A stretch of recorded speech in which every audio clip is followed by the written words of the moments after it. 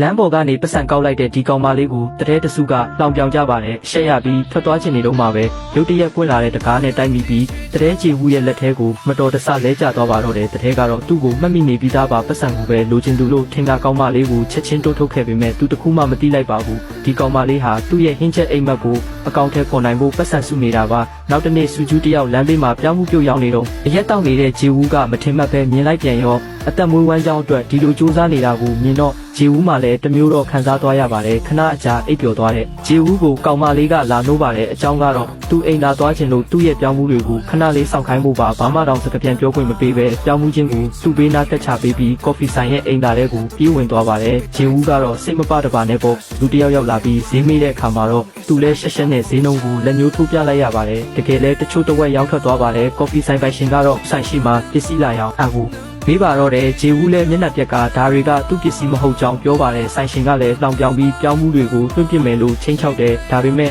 ဂျေဝူးကတော့လုံးဝဂရုမစိုက်ဘူးဆိုင်ရှင်လည်းဒေါသထွက်ပြီးပြောင်းမှုတွေကိုမြေပေါ်မှာပြစ်ချပစ်လိုက်ပါတယ်ဆိုင်ရှင်လည်းကျိန်ဆဲပြီးထွက်သွားတယ်စူဂျူးပြန်လာတော့ပြောင်းမှုတွေပြန့်ကျဲနေတာကိုမြင်တာနဲ့ဂျေဝူးစီကနေရော်ကြီးတောင်းပါတော့တယ်ဂျေဝူးကတော့ညှင်းခုန်မနေတော့ပဲဘန်9000တန်ပတ်စံတရွက်ကိုထုတ်ပေးလိုက်ပြီးဒီပြောင်းမှုတွေကိုသူမလိုချင်တော့ကြောင်းပြောလိုက်တယ်စူဂျူးကချင်းတောင်းကိုဆွဲပြီးအိမ်ကိုပြေးပါတော့တယ်ဒီနေ့အတွက်ဝင်ငွေပြဿနာကိုဖြေရှင်းနိုင်ရုံမကညစာအတွက်ပါပြောင်းမှုတွေရလိုက်တာပေါ့နောက်တစ်နေ့မှာတော့စူဂျူးတယောက်စိန်ခံရွက်လေပေါ်မှာဘီယာရောင်းဖို့ရောက်လာပြန်ပါတယ်တလားကို1သိန်းရဖို့ဆိုတာဘလောက်ပဲပြင်ပန်းပါစေဆက်လုပ်ရမှာပဲလေသူတငယ်ချင်းကကျမ်းမာရေးဂရုစိုက်ဖို့တတိပေးခဲ့ပေမဲ့နိုင်ငံခြားမှာပညာသင်ဖို့အတွက်သူမအစွမ်းကုန်စူးစမ်းနေတာပါဒီပါတီပွဲကလည်းဂျေဝူးရဲ့အကိုလောက်တာဖြစ်နေတော့သူတို့နှစ်ယောက်ထပ်ပြီးတနေရာထဲမှာစုံကြပြန်ရောဒါပေမဲ့ဂျေဝူးကတော့စူဂျူးရှိမှန်းမသိပါဘူးသူ့ကိုအဝေးကနေတောင်တောက်စရာလာဖြစ်ပေးဖို့လက်ဟန်နဲ့ပြလိုက်သေးတယ်ဒါပေမဲ့စူဂျူးကညကအချိန်ပိုဆင်းထားတာမို့ပင်ပန်းတွန်းနေတဲ့စူဂျူးတယောက်ဂျေဝူးရဲ့ခြေထောက်ကိုမတော်တဆထိမိသွားပါတော့တယ်